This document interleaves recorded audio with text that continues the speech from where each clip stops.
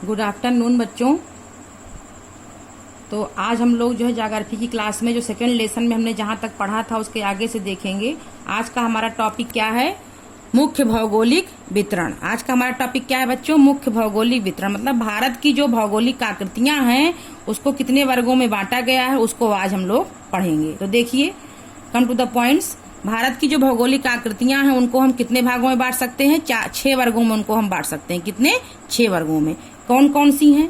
देखिए, पहला हमारा क्या है? हिमालय पर्वत श्रृंखला। पहला पार्ट क्या है? हिमालय पर्वत श्रृंखला। दूसरा है प्रायद्वीपीय पठार, और तीसरा आपका है उत्तर का विशाल मैदान। चौथा है भारतीय मरुस्थल। पांचवा है तटीय मैदान, और छठा क्या है आपका?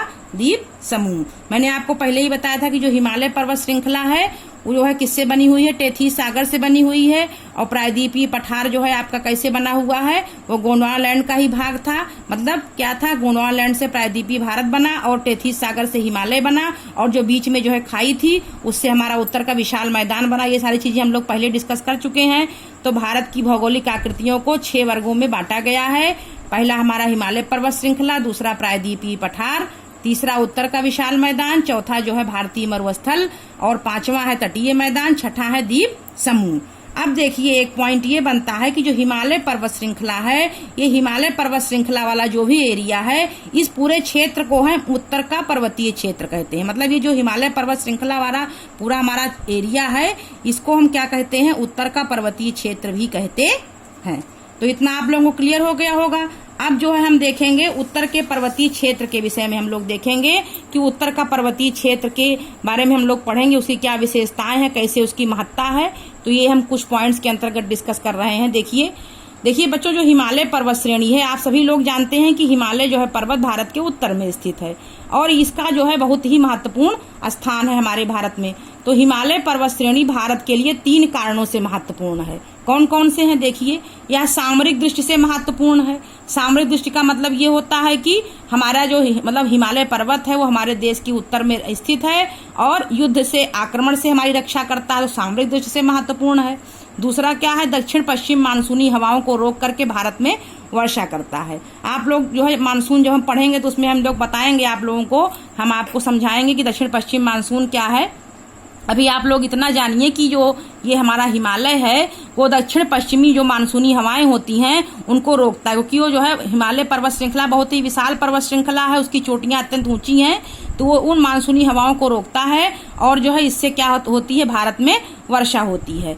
और तीसरा क्या इसका महत्वपूर्ण स्थान है कि साइबेरिया से आने वाली जो ठंडी हवाएं होती हैं उसको भी ये रोकता है। मतलब अगर हिमालय ना हो तो साइबेरिया से डायरेक्ट जो है हवाएं आए हमारे भारत में, और ये जो है पूरे भारत को ठंडा रखें। तो ये क्या करता है? साइबेरिया से आने वाली ठंडी हवाओं को भी रोकता है। तो 3 कारणों से हिमालय पर्वत श्रेणी महत्वपूर्ण है। पहला आपका सामरिक दृष्टि से इसका महत्व है, दूसरा या दक्षिण पश्चिम मानसूनी हवाओं को रोकता है जो भारत में वर्षा होती है, और तीसरा क्या है कि साइबेरिया से आने वाली ठंडी हवाओं को रोकता है। क्लियर? उसके बाद देखिए, नेक्स्ट पॉइंट हमारा है हिमालय के भी जो है पार्ट है, पश्चिमी हिमालय और पूर्वी हिमालय। तो पश्चिमी हिमालय जो है बच्चों वो पूर्वी हिमालय की अपेक्षा अधिक ऊंचा है। जो ये पश्चिमी हिमालय है वो पूर्वी हिमालय की अपेक्षा ज्यादा ऊंचा है, तो जाहिर सी बात है वहां पर हिम भी अधिक पाया जाता है। स्नो लाइन सर्वाधिक जो है पश्चिमी हिमालय में होती है। स्नो लाइन का मतलब ये हो गया कि वहां बर्फ जो है ज्यादा वहां पर पाई जाती है। कहाँ पर? पश्चिमी हिमालय में, क्योंकि जो पश्चिमी हिमालय है वो पूर्वी हिमालय की अपेक्षा अधिक ऊंचा है। और जैसे जैसे हम लोग ऊंचाई पर जाते हैं वैसे वैसे टेम्परेचर जो है क्या हो जाता है? कम होता है। जाहिर सी बात है वहां स्नो लाइन ज्यादा होती है। फिर अगला पॉइंट हमारा है पश्चिमी हिमालय से पूर्वी हिमालय की ओर बढ़ते हुए जो ऊंचाई होती है वो क्या होने लगती है? घटने लगती है। तो जो जैविक विविधताएं होती हैं, बायोडाइवर्सिटी जो होती है वो क्या हो जाती है? बढ़ जाती है। अर्थात ट्री लाइन का मान जो है पश्चिमी हिमालय की अपेक्षा पूर्वी हिमालय में अधिक पाया जाता है। कहने का मतलब ये हुआ कि पश्चिमी हिमालय से जब पूर्वी हिमालय की ओर हम लोग बढ़ते हैं तो जो ऊंचाई होती है वो घटती है। मतलब पश्चिमी हिमालय अधिक ऊंचा है तो वहां पर हिम लाइन ज्यादा हुई, स्नो लाइन ज्यादा पाई गई, लेकिन जब पूर्वी हिमालय की तरफ हम लोग आए तो ऊंचाई घटी। जब ऊंचाई घटी तो वहां पर जो है टेम्परेचर कम हुआ, मतलब बर्फबारी नहीं वहां पर पाई गई उतनी, तो वहां जैविक विविधताएं पाई गई। जैविक विविधताओं का मतलब क्या होता है? जीव जंतु वनस्पतियों की बहुतायत, उसी को हम क्या बोलते हैं? जैविक विविधताएं या बायोडाइवर्सिटी, अर्थात ट्री लाइन। ट्री लाइन में पेड़ पौधे वहां असंख्य मात्रा में पाए जाते हैं। ठीक है, ये कहाँ पाए जाते हैं? ये पूर्वी हिमालय में पाए जाते हैं। उसके बाद अगला पॉइंट हमारा है हिमालय पर्वत श्रेणी पश्चिम से पूर्व में अर्धचंद्राकार के आकार में फैली हुई है। जो हिमालय पर्वत श्रृंखला है बच्चों, वो पश्चिम से पूर्व की तरफ उसका विस्तार जो है कैसी आकृति बनाती है, अर्धचंद्राकार आकृति बनाते हुए पश्चिम से पूर्व की ओर चलने पर जो इसकी चौड़ाई है वो क्या हो जाती है, कम होती जाती है। ठीक, क्लियर। उसके बाद देखिए हिमालय पर्वत श्रेणी जो है वो भारत के उत्तर पूर्व में हिंद महासागर की ओर जाती है। मतलब उसका विस्तार अब कहाँ हो रहा है, उत्तर पूर्व की तरफ, वो जहाँ कहाँ जाती है, हिंद महासागर की ओर। और हिंद महासागर की ओर जब जाती है तो भारत और म्यांमार के बीच, जो भारत और म्यांमार की हमारी सीमा है, वहां पर जो है ये अराकान योमा के नाम से जानी जाती है। क्या जानी जाती है, अराकान योमा। और अराकान योमा जो है वो भारत और म्यांमार के बीच में प्राकृतिक सीमा का निर्माण करती है। मैंने आप लोगों को क्लास में पहले ही बताया था कि भारत और म्यांमार के बीच में प्राकृतिक सीमा का निर्माण अराकान योमा करती है। और अराकान योमा और ऐसी कई छोटी छोटी पहाड़ियां वहां पाई जाती हैं, जैसे अबोर है, मिसमी है, पटकोई है, लुसाई है। ये उप पहाड़ियां जो है क्या करती हैं, भारत और म्यांमार के बीच में प्राकृतिक सीमा बनाती हैं। क्लियर।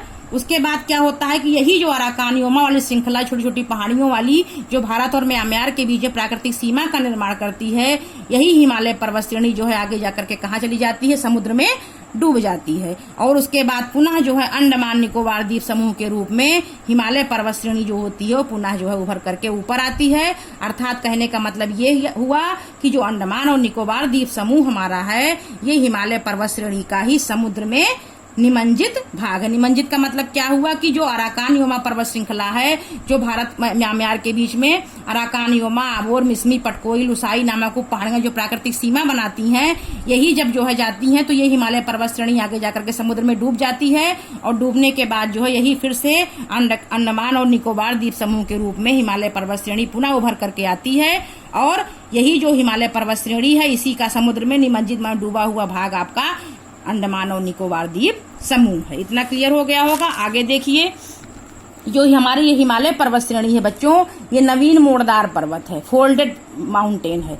क्योंकि हमने आपको बताया था कि टेथीस सागर जो है से हिमालय की रचना हुई है, तो वहां पर जो है बड़े बड़े मोड़ बन गए। और ये पर्वत श्रृंखला जो है अभी भी निर्माणावस्था, मतलब हिमालय जो है वो युवा पर्वत है। सबसे प्राचीन हमारी कौन सी है, अरावली है, जो आपकी जो है वहाँ दिल्ली से लेकर के वहां तक फैली हुई है। सबसे प्राचीन हमारी अरावली है, लेकिन अब तो वो अवशिष्ट पर्वत का उदाहरण बन चुकी है, आगे हम डिस्कस करेंगे। लेकिन जो हिमालय पर्वत श्रेणी है वो नवीन मोड़दार पर्वत है और यह पर्वत अभी भी निर्माणावस्था में है, क्योंकि इस क्षेत्र में लगातार भूकंप जो है वो आते रहते हैं। और उत्तर के जो पर्वतीय क्षेत्र को, यानी इसी हिमालय पर्वत श्रेणी को हम क्या करते हैं, उत्तर के पर्वतीय क्षेत्र को भी अनेक भागों में बांटा गया है। कौन कौन से 4 भाग हैं इसके, समानांतर पर्वत उप श्रेणियों में बांटा गया। मतलब जो हिमालय का पर्वतीय क्षेत्र है, मतलब जो आपका हिमालय पर्वत श्रृंखला थी, उस क्षेत्र को हमने क्या कहा, उत्तर का पर्वतीय क्षेत्र कहा। इसके बारे में हम लोगों ने इतना डिस्कस किया। उसके बाद जब ये उत्तर का पर्वतीय क्षेत्र है, इसको 4 प्रमुख उप श्रेणियों में बांटा गया है। कौन कौन सा, ट्रांस हिमालय या तिब्बत हिमालय या टेथीस हिमालय। इसको पहला पार्ट क्या है इसका, ट्रांस हिमालय, इसी को तिब्बत हिमालय भी कहते हैं, या टेथीस हिमालय। टेथीस हिमालय क्यों कहते हैं, क्योंकि टेथीस सागर से इसकी उत्पत्ति हुई है। और दूसरा पार्ट क्या है इसका, बृहद हिमालय या महान हिमालय या सर्वोच्च हिमालय या हिमाद्री। बृहद हिमालय या महान हिमालय और या सर्वोच्च हिमालय या हिमाद्री, इसको इतने नामों से जानते हैं सेकंड पार्ट को। थर्ड पार्ट क्या है आपका, मध्य हिमालय, लघु हिमालय या हिमांचल हिमालय।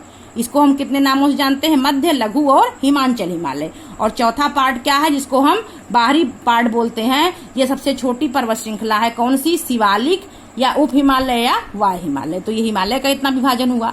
तो आज हम लोगों ने क्या क्या पढ़ा, आज हम लोगों ने पढ़ा हमारे भारत के मुख्य भौगोलिक वितरण, कितने भागों में उनको बांटा गया है। उसके बाद हिमालय पर्वत श्रृंखला के विषय में हमने पढ़ा कि उसका क्या क्या महत्व है। फिर हमने क्या जाना कि उत्तर के पर्वतीय क्षेत्र को फिर कितने भागों में बांटा गया, इतना हमने आज पढ़ा। आप लोग सभी लोग इस वीडियो को ध्यानपूर्वक देखेंगे और किसी को कोई प्रॉब्लम होगी तो हमसे पूछ लेगा। आज के लिए इतना ही, धन्यवाद।